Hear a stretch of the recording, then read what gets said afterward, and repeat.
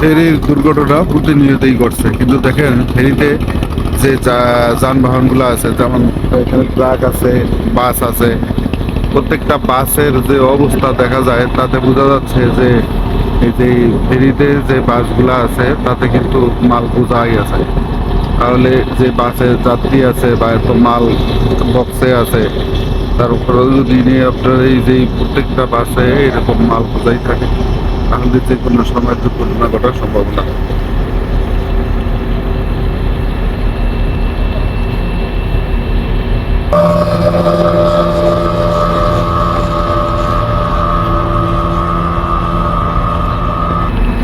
বিশেষ করে ফেরিতে যে বাসগুলো উঠবো, সে বাসগুলোতে যদি নিয়ে এত মাল লোড থাকে, তাহলে এই ফেরিরও যেমন জন্য রিক্সির ব্যাপার, এবং প্রত্যেকটা বাসের এবং যাত্রীর এবং বাস সবাই কিন্তু নিরাপত্তাহীনতায় ভোগা লাগে। তারপরেও কিন্তু তারা এই অন্যায়ভাবে এইভাবে বাস পুলিশকে বিভিন্ন জায়গায় টাকা দিয়ে, তাদের কাছে পুলিশকে বিভিন্ন জায়গায় টাকা দিয়ে বাসে এইভাবে মাল নিয়ে আসে। দেখাই যাচ্ছে প্রত্যেকটা বাসে কিন্তু এরকম অবস্থা, প্রত্যেকটা বাসে কিন্তু মাল বোঝাই আছে।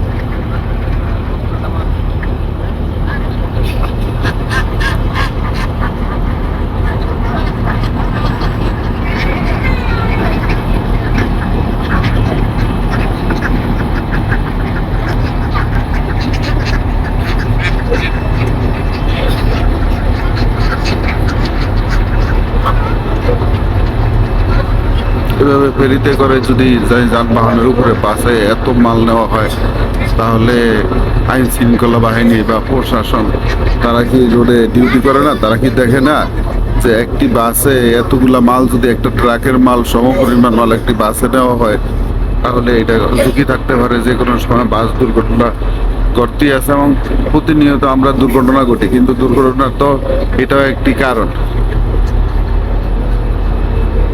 আমার মনে হয় এটা একটি কারণ। কিন্তু যেমন ট্রাকে ওভারলোড করা, কিন্তু ট্রাকে ডাবল, এটা হাইটে কিন্তু ট্রাকে ডাবল হয়ে গেছে এখন। তো ট্রাকে যেটুক মাল নেওয়ার পরে যেটুক তেরফাল দিয়ে বাঁধার পরে যেটুক হয়, তার চেয়ে অনেক বড় উঁচু হয়ে গেছে এবং হাইটে বেশি হয়ে গেছে।